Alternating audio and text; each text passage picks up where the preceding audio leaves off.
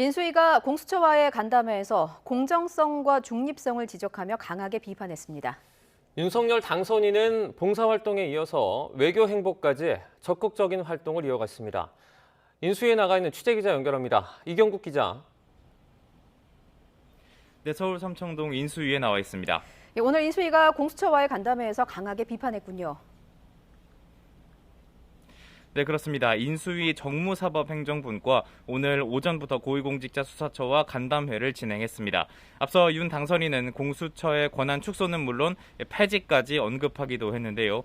인수위는 간담회 과정에서 공수처의 정치적 중립성과 공정성을 지적하며 개선을 요구했고요.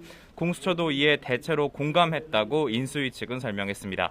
인수위는 김진욱 공수처장이 거취에 대한 입장을 밝혀야 한다는 국민적인 여론이 있다고 전하면서 사실상 공수처를 압박하기도 했는데요. 듣고 오겠습니다.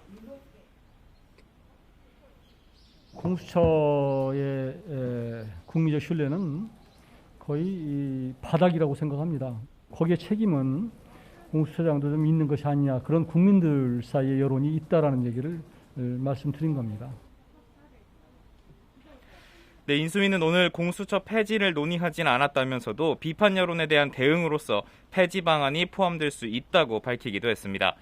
또 검찰과 경찰에 대한 공수처의 수사 우위권을 보장하는 공수처법 24조를 두고도 인수위에 문제 제기가 이어졌는데요. 하지만 공수처는 공수처 존립의 근거가 되는 조항이라면서 입장 차이를 보인 것으로 전해졌습니다.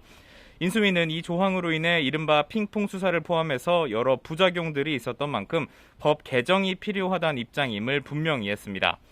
이런 가운데 윤석열 당선인이 앞서 공약한 여성가족부 폐지와 관련한 간담회도 진행됐습니다. 안철수 인수위원장은 오늘 여성단체 대표들을 만나서 직접 의견을 수렴했는데요.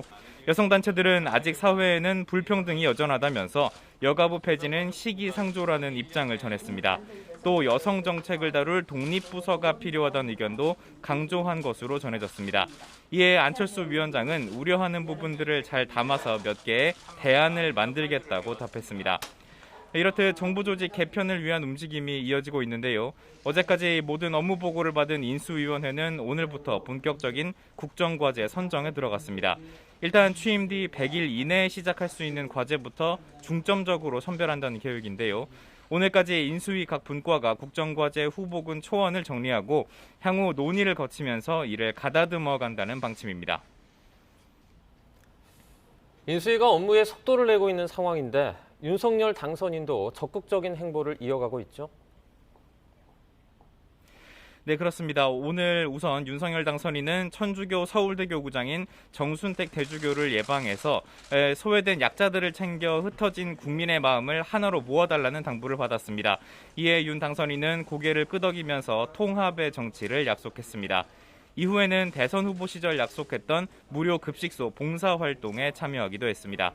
오후에는 마르크 리터 네덜란드 총리와의 통화도 진행이 됐습니다. 아직 구체적인 통화 내용은 공개되지 않고 있는 상황인데요.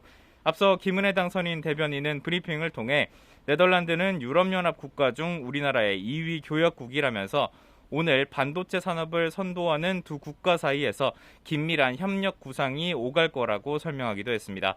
지금까지 서울 삼청동 인수위에서 전해드렸습니다.